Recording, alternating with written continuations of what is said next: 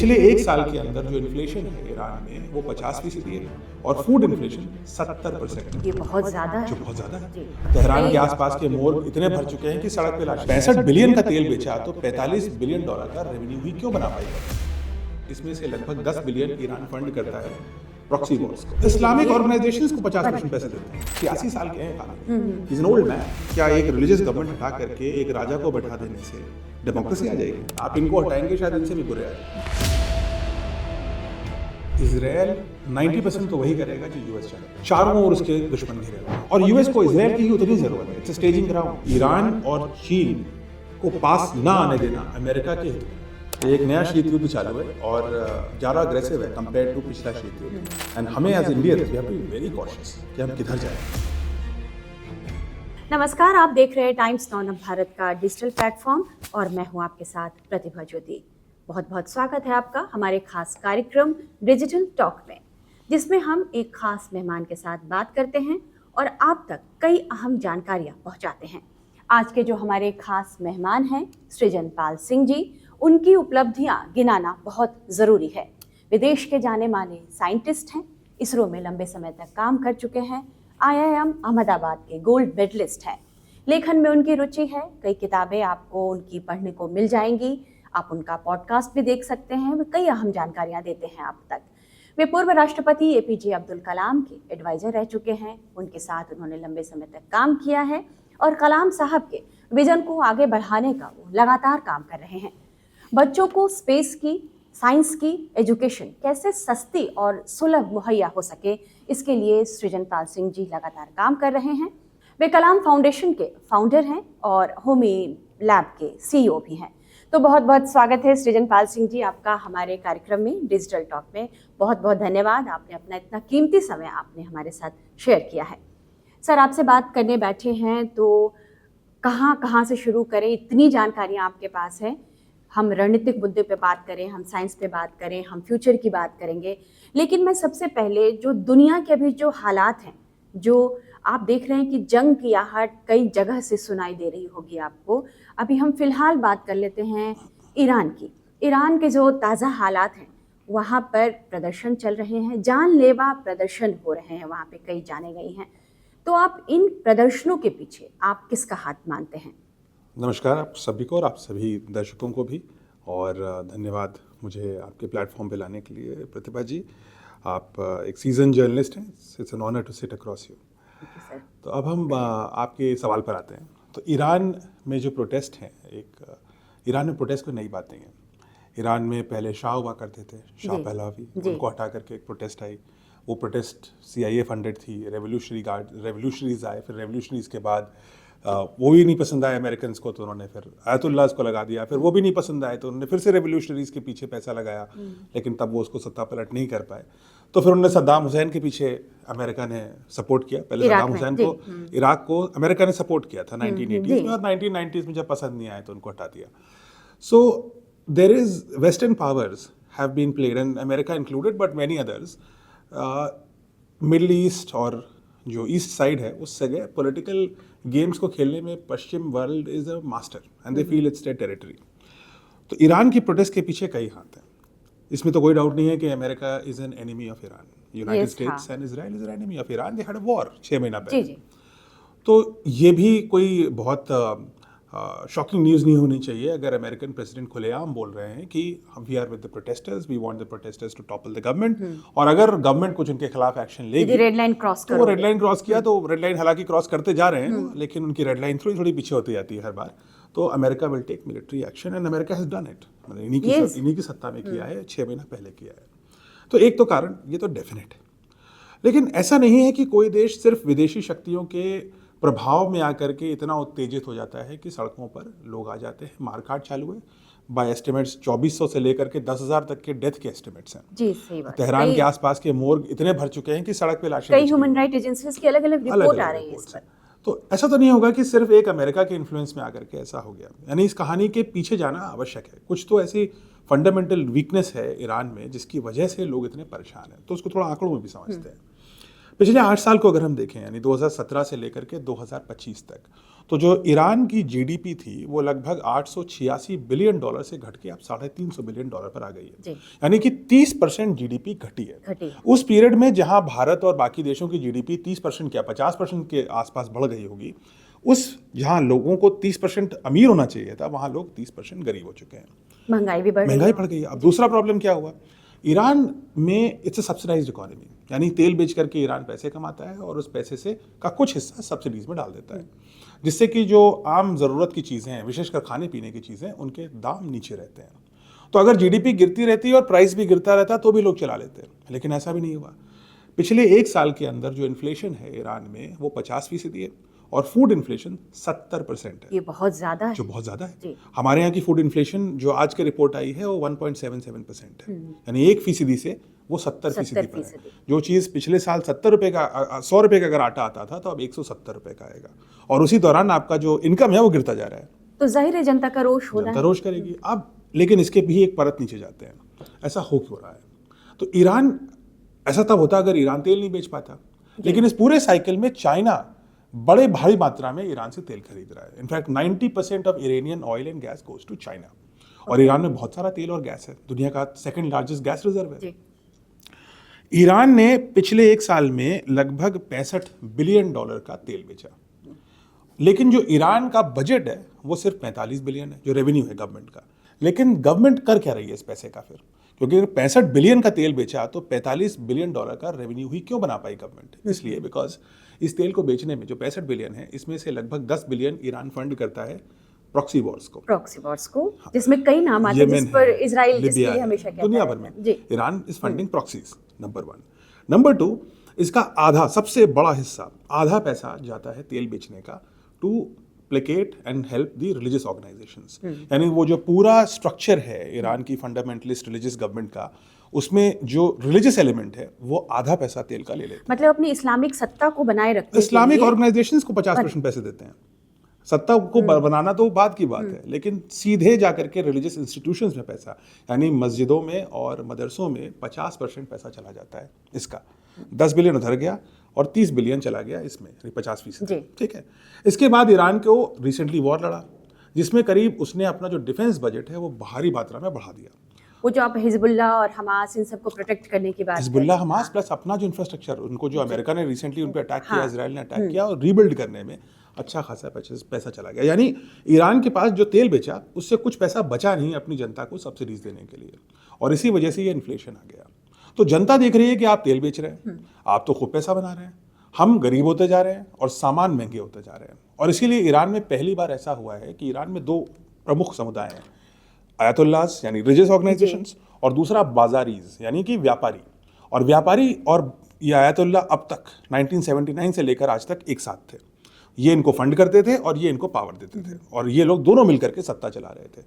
अब ये दोनों अलग हो गए क्योंकि अब इकोनॉमिक डूम्सडे आ गया, इस वजह से व्यापारी अलग हो गए। तो इसलिए पहली बार ऐसा ईरान में हुआ है आयतुल्लास के अंडर कि अब बाजारी अलग हो चुके हैं ईरान की रिलीजियस गवर्नमेंट से। तो आप ईरान का क्या फ्यूचर देख रहे हैं? क्या ईरान में की सत्ता जो है अब खामेनी के हाथ से जाने वाली है?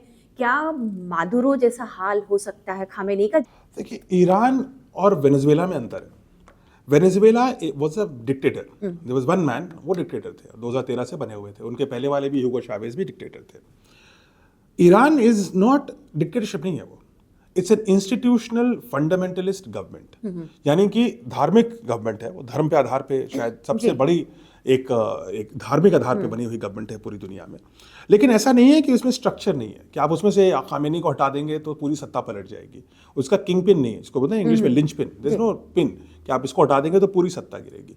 खामेनी को हटाएंगे तो सुप्रीम काउंसिल बैठेगी, और सुप्रीम काउंसिल में IRGC यानी ईरानियन रेवोल्यूशनरी गार्ड काउंसिल जो है वो बैठेंगे, उनका वो मिलिट्री विंग, और जो रिलीजियस विंग है वो बैठेंगे साथ में, और वो मिल करके एक नया खामेनी बना देंगे। और तो इसलिए खामेनी सिर्फ एक व्यक्ति, 86 साल के हैं Khamenei, he is an old man, उनका सत्ता में कितना इंटरफेरेंस है वो भी क्वेश्चनेबल है। और ये तो तय है कि खामेनी के खुद के बेटे, I think is called Mojtaba Khamenei ji, जिनको कहते हैं कि उन्होंने अपना उत्तराधिकारी घोषित कर दिया है, लेकिन he is worse, he is more fundamentalist, he is more hardliner, okay. वो उनसे भी ज्यादा हार्डलाइनर है। और दूसरे हैं अयातुल्ला खुमैनी, वो जो फाउंडर थे जी। ईरान के, उनके बेटे हसन, आई थिंक उनका नाम है, और ही इज मोर लिबरल, तो उनके ग्रैंडसन है एक्चुअली, और इनके बेटे, इन दोनों के बीच में कॉम्पिटिशन भी होगा, टकराव है। इनके बीच में टकराव है। ये लिबरल हैं, ये बहुत ज्यादा फंडामेंटलिस्ट हैं, और इनके पिताजी इस समय सत्ता पे काबिज हैं, और इनके दादाजी जी थे फर्स्ट सत्ता थे, पे थे। हाँ पहले जी, सत्ता हाँ। पे थे। तो ईरान में there is already a succession plan, आप इनको हटाएंगे शायद इनसे भी बुरे आ जाएंगे। दूसरा, वेनेजुएला स्टाइल ऑपरेशन आप यहाँ पे इसलिए भी नहीं कर सकते कि मान लीजिए ईरान गिर भी गया, मान लीजिए पूरी ये जो पूरा स्ट्रक्चर है, रिलीजियस स्ट्रक्चर है, ये पूरा गिर गया और ये पूरा आयतुल्ला रजीम खत्म हो गई, फिर क्या होगा? फिर क्या हम पहलावी को लाएंगे? Who is a monarch? वो तो कह रहे हैं कि मैं आने के लिए तैयार एग्जैक्टली, हूँ। वो तो हाँ, वो तैयार तो बैठे 30 साल से तैयारी जी, बैठे हुए हाँ, हैं। हाँ। लेकिन क्या उनको लाने से, क्या एक रिलीजियस गवर्नमेंट हटा करके एक राजा को बैठा देने से डेमोक्रेसी आ जाएगी? That's not a democracy. तो आप पीछे हटने जैसा तो हुआ। ये तो और पीछे जा रहे हैं। तो इसलिए, और दूसरी बात ये है कि Venezuela all said and done is not a nuclear power. हमें डाउट है कि ईरान एक न्यूक्लियर पावर है। ईरान न्यूक्लियर पावर है, बहुत बड़ा देश है कंपेयर टू वेनेजुएला, और बहुत पैसा है, वेनेजुएला में भी है लेकिन इसमें उससे भी ज़्यादा पैसा है, और इसकी शाखाएं चारों ओर हैं। और एक जो अगर ईरान में कुछ ऐसा ऑपरेशन होगा तो पूरा इस्लामिक वर्ल्ड हिलेगा। तो इसके जो तार हैं वो लंबे हैं, इसलिए इसको इतने सिंपल मडूरो स्टाइल ऑपरेशन से आप नहीं गिरा पाएंगे। In fact you can make something worse. पूरे मिडिल ईस्ट मतलब डिस्टर्ब हो जाएगा जब Hezbollah is supported by Iran, Hezbollah is one of the biggest organisations in Middle East. So ये सारे चीज़ों को देखते हुए, और प्लस बॉम्ब हो सकता है, there is a chance that there is enriched uranium, जिसके बारे में ट्रम्प बार बार कहते हैं कि आपने बम बना के रखा है, या बम बना के रखा है और हमने डिस्ट्रॉय करने की कोशिश करी, और संभावना यही है कि पूरी तरह से डिस्ट्रॉय नहीं हुआ है। ये बात जाहिर होती जा रही है। हो सकता है one of the reasons why ये चीज़ हो रही है was nuclear bomb also, because we don't know whether Iran has a nuclear bomb या बनाने के कगार पर है, तो कुछ भी हो सकता है। सो ये सारी चीज़ों को देखते हुए ईरान को टॉपल करना इतना आसान नहीं होगा जितना मडूरो के साथ था। मडूरो तो एक हॉलीवुड सिनेमा स्टाइल से उठा के ले आए उनको, और उनको अदालत में पेश कर दिया। बट वेनेजुएला अगर मान लीजिए केओस में भी चला जाता तो ऐसा नहीं होता कि पूरी दुनिया पे उसका भारी प्रभाव पड़ता। लेकिन ईरान अगर केओस में चला गया तो there is a nuclear bomb issue, there is an Islamic जो वर्ल्ड है वो पूरा रिपल इशू, उनके जो संगठन हैं जिनको उन्होंने पाला है वो रेबल करेंगे। और इसका एक एग्जाम्पल हम देख चुके हैं इराक में। सद्दाम हुसैन को हटाया, इराक अच्छा नहीं हो गया था। सद्दाम के जाने के बाद इराक में क्या बना? आईसिस बना, दुनिया का सबसे बड़ा आतंकवादी संगठन बना आईसिस। और इसलिए Iran is bigger than Iraq, more lethal than Iraq, और इसलिए ईरान को टॉपल करते समय we have to be very careful. If you are Trump and if you are Donald Trump, ये वो बात है कि जैसे जॉर्ज बुश ने सद्दाम को तो हटा दिया, लेकिन उसके बाद क्या किया किसी को समझ में नहीं आया। फिर 10 साल तक आईसिस पूरी दुनिया को परेशान करता रहा। ईरान पर कोई सैन्य कार्रवाई वे नहीं करेंगे या वे कर सकते हैं? आपको क्या संभावना? Trump is a very unpredictable person, ये तो तय है, और उनकी शायद स्ट्रेंथ ही है ये। अब ये शो भी हो सकता है कि ट्रम्प शोज इज अनप्रेडिक्टेबल। पिछले टर्म में भी उन्होंने किंग जोंग उनके साथ यही किया था, उसको बोला था मैं मार दूंगा तुम्हें, फायर एंड फ्यूरी हो जाएगी, तुम्हें पता भी नहीं लगेगा तुम कहाँ चले गए। इस तरह के धमकाने वाले बात कह करके अपने आप को अनप्रेडिक्टेबल बताना may be he strategy. But Trump is unpredictable, इसमें तो कोई डाउट नहीं है कि किसी दुनिया में कोई प्रेडिक्ट नहीं कर सकता कि ट्रम्प किधर जाएंगे। कोई ज्योतिष नहीं बोल सकता कि ट्रम्प की आप ग्रह नक्षत्र देख के आप प्रेडिक्ट नहीं कर सकते कि कल वो सुबह क्या कर देंगे, क्या बोल देंगे। और यही शायद उनकी स्ट्रेंथ भी बन गई है एक तरह से, और ये ब्रांड बना लिया उन्होंने। वो हर दिन कुछ ऐसा बोलते हैं, हर दिन कुछ ऐसा है, तो he is an unpredictable person. Now so if you, क्या अमेरिका ईरान पर सैन्य कार्यवाही कर सकता है? किस तरीके से कर सकता है? They can be a limited strike on Iran की। मान लीजिए कोई मिलिट्री फैसिलिटी है जिसको वो टेम्परेरी डिस्ट्रॉय कर पाए, या ईरान पे नो फ्लाई जोन बना दे, ऐसी चीज़ें कर सकता है। लेकिन मुझे लगता है कि डूइंग अ ग्राउंड ऑपरेशन, यानी बूट्स ऑन ग्राउंड जिसको बोलते हैं, उसको करने में महीनों की प्लानिंग लगती है। आप उसको रातों रात नहीं कर सकते। आप मिसाइल स्ट्राइक एक आध कर सकते हैं, आप क्रूज मिसाइल डाल सकते हैं, आप बॉम्बिंग कर सकते हैं थोड़ी बहुत, आप नो फ्लाई जोन बना सकते हैं, उसके आगे नहीं कर सकते। लेकिन अगर इस रेवोल्यूशन को वाकई सपोर्ट देना है मिलिटरीली, तो you need boots on ground, you need people on the ground, you need soldiers, American foot soldiers on the ground. वो बनाना मुश्किल है, स्पेशली इस कॉन्टेक्स्ट में जब नेटो को भी तोड़ने की कगार पे आ गए ग्रीनलैंड के इशू को लेकर के। तो अब कोई एलाई भी नहीं है जो इनके साथ जाएगा ईरान के अंदर। तो इसलिए दो चीज़ें होंगी, या तो अमेरिका क्रूज मिसाइल स्ट्राइक कर सकता है on Iranian military targets, Iranian police headquarters, या जहाँ से दमनकारी गतिविधियां चल रही हैं, नंबर 1। नंबर 2, इसराइल का इस्तेमाल किया जा सकता है इसमें, and Israel can do the limited strike on behalf of US, जैसा उसने पहले भी किया है। बात तो अभी भी हो रही है, और ईरान के विदेश मंत्री का एक बयान में सुन रही थी, उन्होंने कहा कि ये जो पूरा जो हिंसक प्रदर्शन हो रहा है इसके पीछे मोसाद है। तो क्या आपको भी लगता है कि CIA और मोसाद इन प्रदर्शन, आपने पहले भी इशारा किया है कि CIA हो सकती है, लेकिन क्या आपको लगता है कि इजराइल की भी भूमिका है इसमें, ईरान में प्रदर्शन के पीछे, मोसाद जैसा कि वहाँ के विदेश मंत्री कह रहे हैं? सेम मोर और लेस आप देखिए तो इजराइल 90% तो वही करेगा जो यूएस चाहेगा। ये उसके लिए एग्जिस्टेंशियल इशू है। वो एक अकेला छोटा सा देश है, मिलिटरीली स्ट्रांग है, लेकिन चारों ओर उसके दुश्मन घिरे हुए हैं, और उसका सबसे बड़ा मिलिट्री समर्थक और शायद सबसे अकेला इकलौता मिलिट्री समर्थक of Israel is US. US जरूरत है उनकी, और यूएस को इजराइल की ही उतनी जरूरत है। It's a staging ground. जो ये मिडिल ईस्ट पे कंट्रोल का जोन, जो भी वर्चस्व बनाना है, वो इजराइल के थ्रू ही बनेगा। इसलिए इसमें तो कोई दो राय नहीं है कि अगर अमेरिका चाहेगा तो इजराइल, मोसाद और CIA सब मिल करके ही काम कर सकते हैं वहाँ पे। लेकिन जैसा मैं आपको पहले भी बोल रहा था, सिर्फ किसी दूसरे देश की गुप्तचर एजेंसी ही इतना बड़ा रेवोल्यूशन नहीं कर सकती। It has to be some internal factor. Iran ने अपने इकोनॉमिक्स का मिसमैनेजमेंट किया है, महंगाई दर दिख रही है 50 से 70% ऊपर है, उनका जो करेंसी है वो 90% गिर चुकी है एकदम। आप गूगल पे ग्राफ देखिए तो आपको दिखेगा 90% गिरी है उनकी करेंसी पिछले कुछ दिनों में। So there is a fundamental economic problem. Iran has to solve its fundamental economic problem सबसे ज़्यादा, और इसमें अगर शायद ईरान सबसे ज़्यादा किसी और रुख करेगा तो वो होगा China, because China is one country जो अमेरिका के जो ट्रेड डील्स हैं, जो एम्बार्गोज हैं, जो सैंक्शंस हैं, उनको डिफाई करता हुआ पूरी दुनिया में ट्रेडिंग कर रहा है।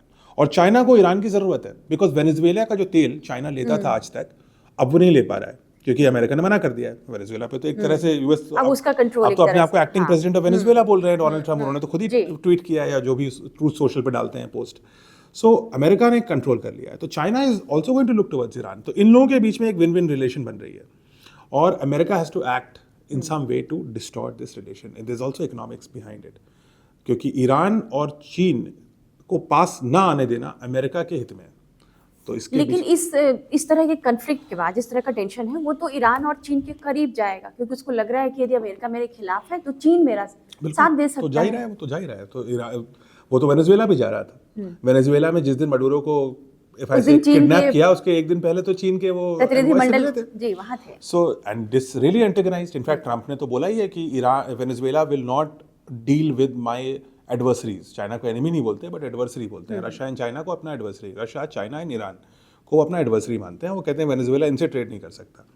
तो ये जो मॉनिटर, क्लास का मॉनिटर है ना, तुम बात कर सकते हो, तुम नहीं कर सकते, तुम इससे बोलोगे, इससे नहीं बोलोगे, वो वाली बात तो अमेरिका कर ही रहा है।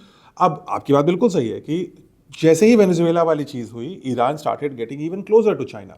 और चाइना, मैंने आपको बताया 90% इरानियन ऑयल चाइना खरीदता है। सो जो मेरा मैसिव ट्रेडिंग पार्टनर है, मैं तो उसके पास जाऊंगा ही ना। और ईरान चाइना क्यों लेता है? सस्ता तेल मिलता है उसको $8-10 सस्ता तेल मिलता है compare to the rest of the world. तो ये चीज़ तो अमेरिका का जो मूव है, या तो ये सक्सेसफुल हो, नहीं हुआ तो China will create a bigger influence on Iran. So ये एक्चुअली आप ये सोचिए कि दुनिया ना एक चाइना वर्सेस यूएस की लड़ाई में जी आ गई है। उसको हम सीधे तौर पे देख रहे हैं कि दुनिया दो हिस्से में बटी है। अमेरिका अपना चलाना चाह रहा है और चीन नया कोल्ड वॉर चालू हो गया है, अपना छोड़ना चाह रहा है। एक नया शीत युद्ध चालू है और ज़्यादा अग्रेसिव है कंपेयर टू पिछला शीत युद्ध, और ये बढ़ेगा आगे चल के, क्योंकि China is also flexing its muscle. And हमें as Indians we have to be very cautious कि हम किधर जाएं। क्योंकि देखिए हम बड़े केयरफुली खेलते हैं। हम चाइना से हमारी लड़ाई भी होती है हर दूसरे तीसरे साल, कहीं ना कुछ कॉन्फ्लिक्ट तो बॉर्डर पे हो ही जाती है। लेकिन हम SCO भी चाहते हैं, गलवान के बाद 5 साल बाद मुलाकात भी करते हैं। हम दोनों साइड बैलेंस करते हैं। एक है वो जो हमारे पे 500% वो कह रहे हैं टैरिफ पे लगाएं। So we have to be careful, we have to be careful not to take any side which does not interest us. और वही कर रहे हैं हम। तो कहते हैं हमारा जहाँ हमें लगता है कि जहाँ नैतिक हमारा पक्ष होना चाहिए और जहाँ हमारा आर्थिक पक्ष रखा जाएगा, हम वहीं जाएंगे। And that's exactly what we should do. We should not take sides. Sir, मैं ईरान पे वापस आती हूँ। ईरान के न्यूक्लियर वेपन को लेकर जिस तरह से ट्रम्प बार बार कह रहे हैं कि बंद करो, ये बनाना बंद करो, तुम्हारे पास तुमने सारी परमाणु बम बनाने के लिए सारे इंतजाम कर लिए हैं, तो इस पे आप बताइए कितनी सच्चाई है कि ईरान के पास परमाणु बम है? क्या उसने कुछ इस तरह के इंतजाम कर लिए हैं कि वो जिससे ट्रंप को डर लगने लगा है कि इसके पास परमाणु हथियार आ चुके हैं? देखिए, एक सेइंग है इंटरनेशनल कम्युनिटी में, if you have oil we will give you some democracy. ये अमेरिकन के लिए बोला जाता है कि अगर आपके पास तेल है तो हम आपको कुछ डेमोक्रेसी ज़रूर देने की कोशिश करेंगे through military action. And this lesson की वेपन ऑफ मास डिस्ट्रक्शन नहीं बनाओ तो अमेरिका से आप सेफ रहोगे, या आप सद्दाम से पूछिए, उसने नहीं बनाया और उसको सत्ता पलट तो कर ही दिया था। इन सारी चीज़ों से अमेरिका के ऊपर एक इंटरनेशनल कम्युनिटी का अविश्वास तो है कि अगर आप इनके कहने पे weapon of mass destruction which is mostly nuclear weapons अगर आप नहीं बनाओगे तो ऐसा आप सेफ नहीं हो जाते हो इनके किसी एक्शन से, मिलिट्री एक्शन से, which has become an international standard अब की। So there is a lack of trust on that, और इसी वजह से Iran has been pursuing a nuclear bomb throughout for the last good 20 years they have been working on weapon grade nuclear enrichment। अब थोड़ा इसके scientific theory पे जाते हैं। किसी पावर प्लांट को चलाने के लिए अगर आपके पास, तो there is a process called uranium enrichment, right. Enrichment ऐसा होता है कि अगर मान लीजिए ये यूरेनियम था, इसमें ज़्यादातर तो इम्प्योरिटी है, यूरेनियम बहुत कम है। जब आप इसको नेचुरली निकालते हैं तो ये 1% से भी काफ़ी नीचे इसमें यूरेनियम होता है। फिर आप इसको सफाई करते हैं और फिर जो सबसे इंपॉर्टेंट प्रोसेस होता है वो होता है सेंट्रीफ्यूज, जिस प्रोसेस से वॉशिंग मशीन चलती है। वॉशिंग मशीन से पानी कैसे निकलता है, वो जोर जोर से नचाती है तो पानी, क्योंकि ग्रेविटी सबका डेंसिटी अलग अलग है, तो कपड़े से पानी धीरे धीरे बाहर निकल जाता है। इसी तरीके से यूरेनियम एनरिच होता है, उसको एक सेंट्रीफ्यूज में डाला जाता है और ये आपकी वॉशिंग मशीन से हज़ारों गुना ज़्यादा फास्ट की स्पीड पे वो नाचता है, मतलब something like 60,000 to 1 lakh RPM की स्पीड पे वो नाचता है। जिससे क्या होता है, जो हल्का यूरेनियम है, जो इम्प्योरिटीज़ हैं वो अलग हो जाती हैं, जो भारी यूरेनियम है वो अलग हो जाता है, सब कुछ अलग अलग हो जाता है। और फिर इसको जो निकलता है उसको दोबारा डालते हैं, फिर दोबारा नचाते हैं और ऐसा महीनों तक करते रहते हैं। और इसीलिए यूरेनियम को एनरिच करने में महीनों लगते हैं। अब अगर 50-60% एनरिच यूरेनियम है तो आप उससे पावर प्लांट चला सकते हैं, लेकिन अगर बम बनाना है, सस्टेन न्यूक्लियर रिएक्शन रखना है आपको, तो आपको 95-96% यूरेनियम चाहिए। ईरान ने 60 to 65 एनरिचमेंट तो कर लिया था, ये तो तय, और उसको 95 तक ले जाने की वो कोशिश कर रहा था फुर्दौ और अशफाकान और जहाँ पे ट्रम्प अभी अटैक हुआ था। हाँ, सो फुर्दौ वाज द मेन टारगेट जो उनका था, और वो अंडरग्राउंड बंकर्स थे। तो अब अंडरग्राउंड बंकर हैं कई मीटर, दसियों मीटर अंदर वो पड़े हुए हैं पहाड़ी के, तो उन्होंने B2 बॉम्बर से बंकर बस्टर बॉम्ब डाला, वो गहराई पे जाके फटा, फिर उसी छेद में दूसरा बॉम्ब डाला ताकि और गहरा हो जाए वो, और उनको लगता है कि उन्होंने यूरेनियम के जो सेंट्रीफ्यूजेस थे, मचाने वाली मशीन, वो डिस्ट्रॉय कर दी और जो एनरिच यूरेनियम 65 के स्कोर पे था उसको हटा दिया। लेकिन अगर ऐसा होता तो जो यूरेनियम है वो स्पिल होता और आपको सैटेलाइट से या इवन ग्राउंड लेवल पे आपको रेडिएशन मिलता, नहीं मिला। इसका मतलब ये है कि मोस्ट प्रॉब्ली ईरान ने अपना जो 65% का यूरेनियम एनरिच कर चुका था उसको पहले ही बचा लिया था, पहले ही निकाल लिया था। ऐसा ईरान खुद भी कहता है, तो शायद उनकी बात में तथ्य है। उसने ईरान ने कहा कि हमें ज़्यादा नुकसान नहीं हुआ है। हाँ, तो उसने ये कहा। दूसरा, सेंट्रीफ्यूज कितने डिस्ट्रॉय हुए। अब इतना बड़ा बम फटेगा तो कुछ दिन के लिए तो कुछ पावर सर्किट ही उड़ जाएगी, लेकिन क्या सेंट्रीफ्यूज टोटली डिस्ट्रॉय हुए? क्या ईरान चाइना की मदद ले सकता है टू रीबिल्ड द सेंट्रीफ्यूज? क्योंकि चाइना के पास तो सेंट्रीफ्यूजेस हैं, क्या उनकी मदद ले सकता है? क्या ब्लैक मार्केट से वो इसको बनवा सकता है, या खुद उसके पास अपनी कैपेबिलिटी भी है, ऐसे सेंट्रीफ्यूज बनाने वाले इंजीनियर्स हैं उसके यहाँ? तो क्या ईरान ने उस सेमी प्योरीफाइड यूरेनियम को वापस सेंट्रीफ्यूज रिपेयर करके उसको वापस इनरिच करना शुरू कर दिया? ये किसी को नहीं पता। अगर ऐसा लेकिन ईरान कर पाता तो अक्टूबर के महीने तक, यानी पिछले साल अक्टूबर तक, ईरान के सेंट्रीफ्यूज वापस काम करने शुरू हो जाते, किसी को पता नहीं चलता, मतलब ये तो सीक्रेटली करता, और उसके 6-7 महीने में ईरान के पास इतना एनरिच यूरेनियम होता कि वो एक बम बना लेता। और ईरान के पास ऑलरेडी फतह मिसाइल्स हैं जो बहुत ही जो इजराइल ईरान कॉन्फ्लिक्ट हुई थी उसमें काफ़ी यूजफुल थी, तो it already has the missile to deliver bombs. तो ये संभव है कि Iran has either is very close to making nuclear bombs और may be 6 months away, but ये मानना थोड़ा मुश्किल लगता है कि ईरान का न्यूक्लियर प्रोग्राम ट्रंप ने हमेशा के लिए डिस्ट्रॉय कर दिया, बिकॉज उसके पास कोर टेक्नोलॉजी और कोर लोग तो थे ही, तो साइंटिस्ट उसका साइंटिस्ट है, उसके पास फैसिलिटीज़ है, उसके पास पैसा है, उसके पास यूरेनियम है, जो कच्चा यूरेनियम है जिसको प्योरीफाई करना है वो है, और उसके पास चाइना है जो उसकी मदद कर सकता है। तो एक अच्छा कॉम्बिनेशन है उसके उसके रशिया से भी अच्छे डील्स हैं। रशिया अपने वॉर में ईरान के वेपन्स यूज़ कर रहा है, जी। तो ईरान ने कुछ वेपन्स भी सप्लाई किए उनको। सो उसका एंटी अमेरिकन जो नेक्सस दुनिया में बनता जा रहा है, उसमें उसका अच्छा खासा पहचान है। तो ईरान को हल्के में नहीं ट्रम्प ले रहे हैं, इसीलिए ले रहे हैं। लेकिन अगर अब ये सोचिए सिनारियो कि ईरान एक सक्सेसफुल न्यूक्लियर टेस्ट कर लेता है मान लीजिए इस साल, उसके बाद ये सारी की सारी कहानी पलट जाएगी, क्योंकि एक न्यूक्लियर पावर के ऊपर आप इस तरह की धमकी नहीं दे सकते। इसीलिए यूएस इंडिया को कभी ऐसी धमकी नहीं देता, क्योंकि एक न्यूक्लियर पावर है। आप you can't threaten a nuclear power, you really can not win a war, you will not lose a war, but you can't also win a war. तो ईरान का रेस है टुवर्ड्स अ न्यूक्लियर वेपन, ये तो तय है और होना भी चाहिए। अगर वो उनके देश के नजरिए से समझिए, अगर आप आयतुल्ला बना लीजिए अपने आप को आज के लिए, तो आपका सबसे बड़ा ठीक बात रिडम्पशन है। तो सही बात अपने है, देश का हित सोचना न्यूक्लियर तो- बन गया मेरे पास तो कोई धमकी नहीं दे सकता। जी। तो दिस इज द रियलिटी।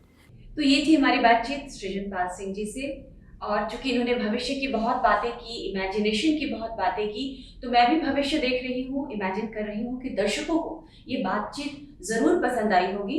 और मेरा तो मन था कि मैं और लंबी बातचीत करूँ, लेकिन अब सर के पास समय कम है और इस पॉडकास्ट को ख़त्म करने का भी वक्त आ गया है। तो आप सबसे इजाज़त चाहिए और फिर अगले एपिसोड में हम किसी और ख़ास मेहमान के साथ जुड़ेंगे, और यह भी उम्मीद करते हैं कि सृजनपाल सिंह जी फिर भविष्य में हमारे साथ एक बार जरूर बातचीत करेंगे। सर, आपका बहुत बहुत धन्यवाद हमसे बातचीत करने के लिए, टाइम्स नाउ भारत के डिजिटल प्लेटफॉर्म पर आने के लिए आपका बहुत बहुत शुक्रिया। मेरा भी धन्यवाद आपको और आपकी टीम को भी, जिन्होंने यहाँ पे कई घंटों तक इतनी कठोर मेहनत करी है। आई एम श्योर इसके रिजल्ट्स अच्छे आएंगे और यू आर ऑलवेज वेलकम। हम दोबारा जुड़ेंगे और आपके दर्शकों को भी मेरा धन्यवाद हमें सुनने के लिए। बहुत बहुत धन्यवाद। खबरों की रणभूमि में यहाँ शोर नहीं, सोच लड़ती है। जहां शब्द नहीं, फैक्ट्स वार करते हैं और हर सवाल खोलता है सच की नई परत।